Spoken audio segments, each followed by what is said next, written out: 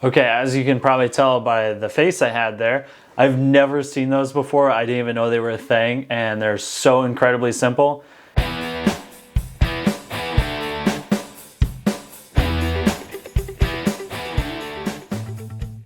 What's up, everybody? Welcome back to Garage Gym Gainz. I'm Ricky, and this is where we normally look at home gym equipment, reviews, that type of thing, but lately we've been doing reactions to home gym tours. So if you have a home gym, basement gym, garage gym, whatever, you're looking for some inspiration or you're gonna start building one, be sure to subscribe because we're doing about 3 uploads per week right now. We might even increase that, but today we're looking at our boy Austin's garage gym in Canada. He said he has about 11,000 Canadian dollars. I don't know what they're called. Maybe I'm uncultured, I don't know. I apologize. 11,000 USD, 14,000 Canadian. So, yeah, we're gonna check it out, see what we think. All right, my name's Austin, and I'm going to my home gym today. What is up, Austin? Say hi down below if you're on there. His Instagram is Austin M Lifts, but I'll plug it down below as well. So things started off with the fridge over this way. I know, Ricky, you like your stainless steel glass door fridges. Got the waters, monsters, and some bars. I love it. I wouldn't have thought of putting the bars in there, but that's a good idea. A lot of protein bars taste better when they're cold, and I do love my stainless steel refrigerators, mini fridges. I actually just put it on Lauren and I's wedding registry, so hopefully that gets added on there and somebody will gift us a refrigerator we can use for energy drinks. It's gonna be lit. I like that though. Got the classic Monster Zero. Over this way, got the sports stuff, and all right, then, like shoes. All kinds of shoes. And a scale. And then this here okay. is my gym. So I started it back in November of 2016. Dang. So it's been almost 5 years now, and it didn't look anything like this when we started.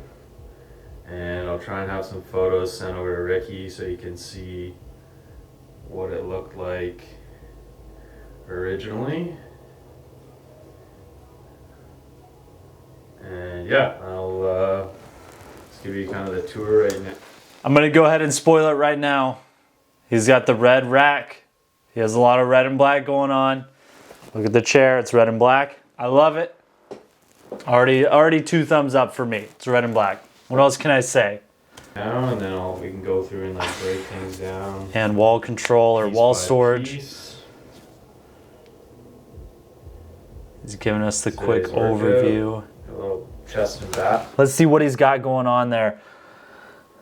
111, 225, 227.5, 230 on the bench press, putting up the 2 wheels. I like it. He's got his rest written out and everything, like a studious power lifter.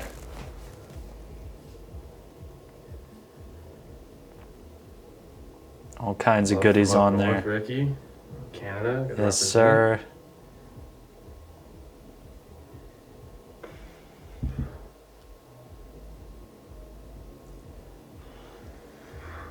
All right, let's start it off back at the beginning, I guess. All right, so that was the overview. Now we're gonna dive into the details. So the Westside Scout, the like foldable reverse hyper. This thing's awesome. I just picked that up recently. Stands on its own. Super compact. I don't use a lot of weight. I normally do eccentrics with some eccentric pauses to really overload my like lumbar. So I don't really find it moves at all. I think it's pretty sturdy. A little bit side to side, but only if you shake it. Yeah, I think it's an awesome piece, especially for how little space it takes up.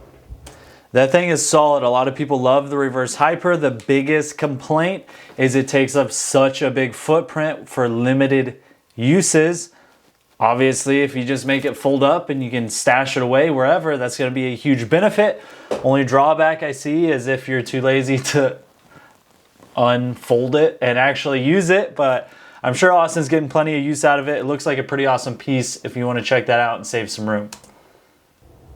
This guy here is my adjustable bench. It's standing up on the end right now. Taking it down. It's the Rogue adjustable bench. I think it's the AB2 is the name of it. I bought this. This is my first bench I bought.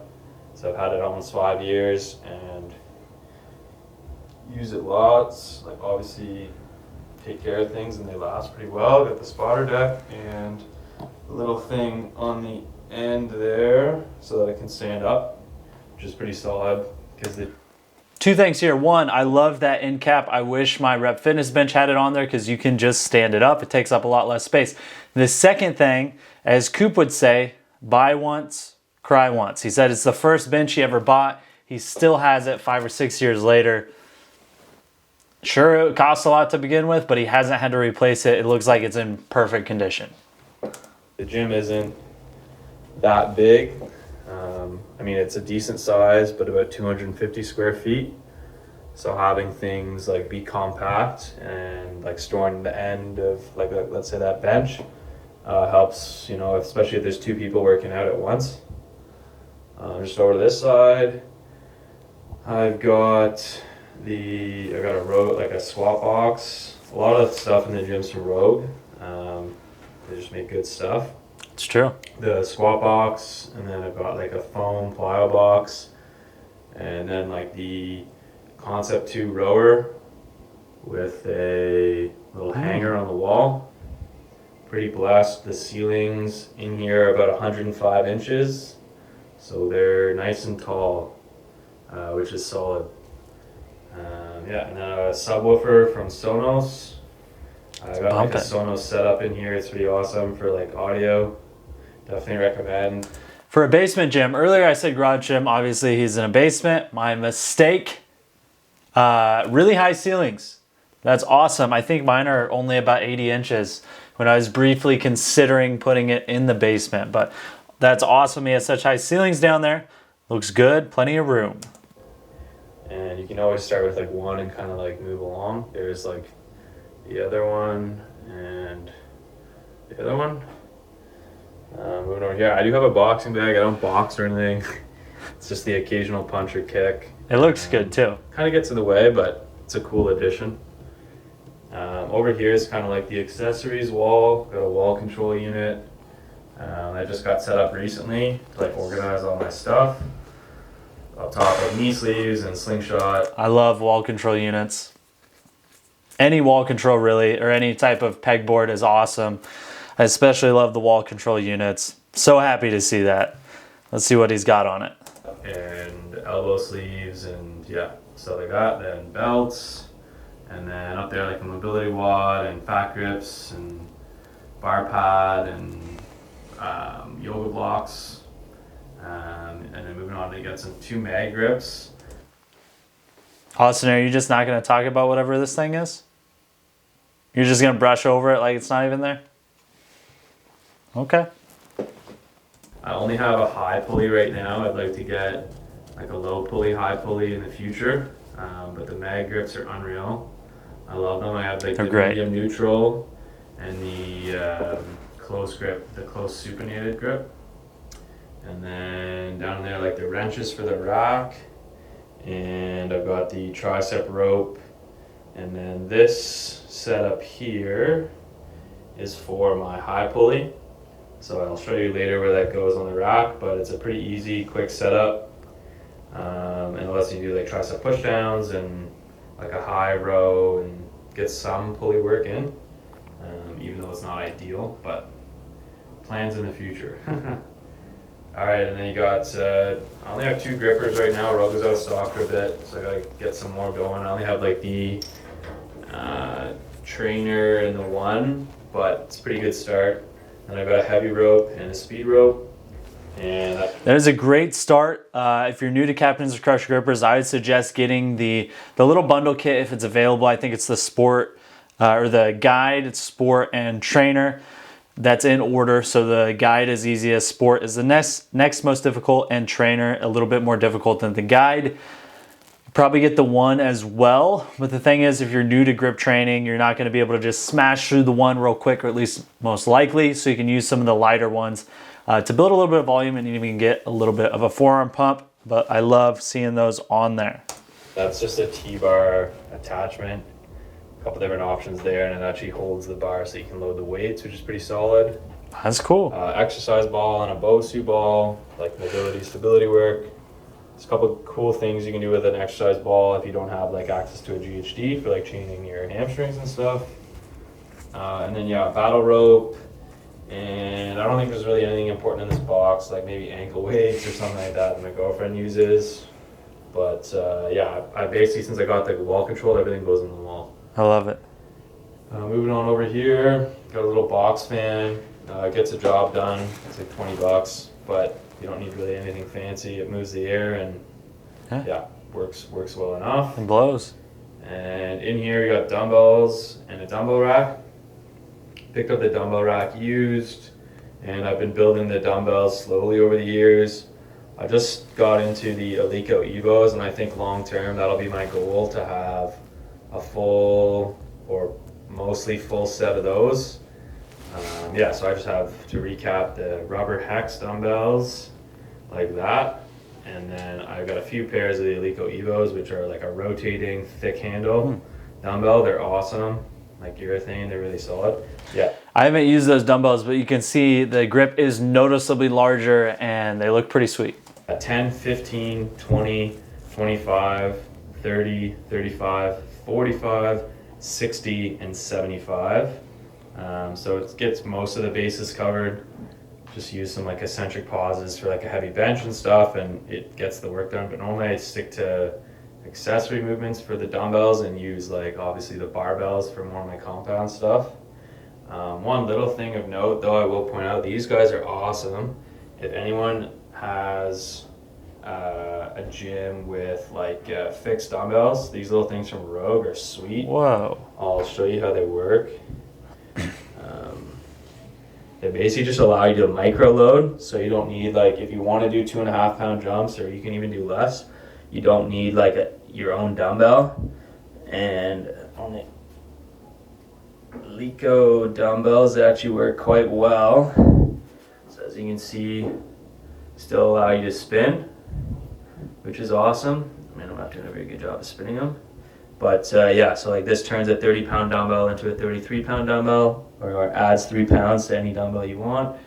But that's pretty solid for making those jumps. And then obviously, like, it doesn't take up a whole lot of space, which is also key generally.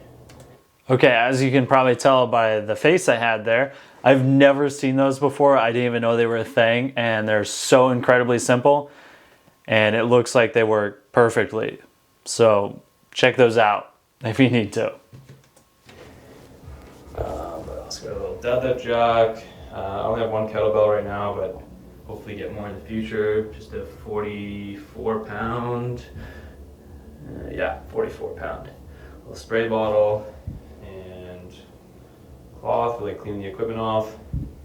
It's kind of the accessories wall. This is stuff I more so use like on the daily. That's why it's out over here. So I got a bunch of different bands from Rogue. Got some wrist wraps, some pulling straps, 2 different size band circles, and then I got like a high price foam roller, 2 dip belts, TRX band, a little lacrosse ball, another foam roller, and then like the high price, like the massage gun as well, for like some rehab work as well. And then a little shove up there, towels, chalk, old programs and books and stuff, and then like muscle relief cream and like oil for cleaning the bars and tape and like a bunch of other little accessories and stuff like that. Ammonia, smelling salts. It's all up there. You got the Canada flag again. And over to this side here, got a, what is that guy? Slam ball. Rogue, 25 pounds, and then like a mat. And that's actually just a piece of bamboo. I use that for warming up shoulders and chest and just in general. That's way cooler than a PVC pipe. The next gym we open, I think we're just gonna stock a bunch of bamboo. Then dip bar, obviously, need to get a better spot to keep that. Hopefully on the wall sometime in the future. Moving on to the plates.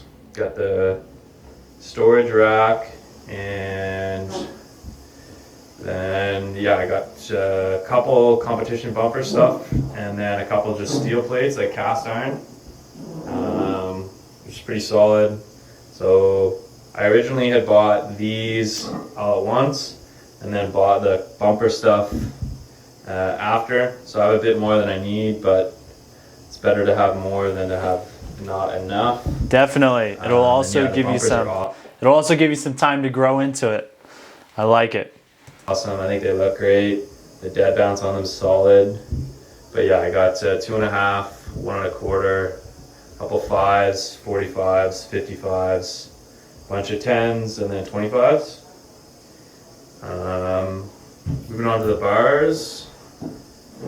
I've got the 3 bars. I got a curl bar from Rogue. It's that guy there. Rogue curl bar. Just the normal one. It's not. I like that they put the weight on there. I didn't realize they do that. That's handy. Not the E-Code or newer one or whatever. And then this guy here, just a Rogue Ohio bar in stainless steel. So it's like my multi-purpose bar. Any kind of Olympic lifting, front squats. Generally, I actually prefer this bar for OHP as well. It's a little thinner. Deadlifts. Yeah, a bunch of different stuff.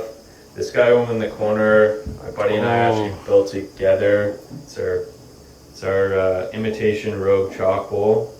It's a pretty straightforward project, only a couple welds. He's got a bunch of tooling equipment to make the build pretty easy, but you basically just go buy a chalk, like a mixing bowl from wherever, honestly, and then you can just go to a metal yard. It's pretty straightforward.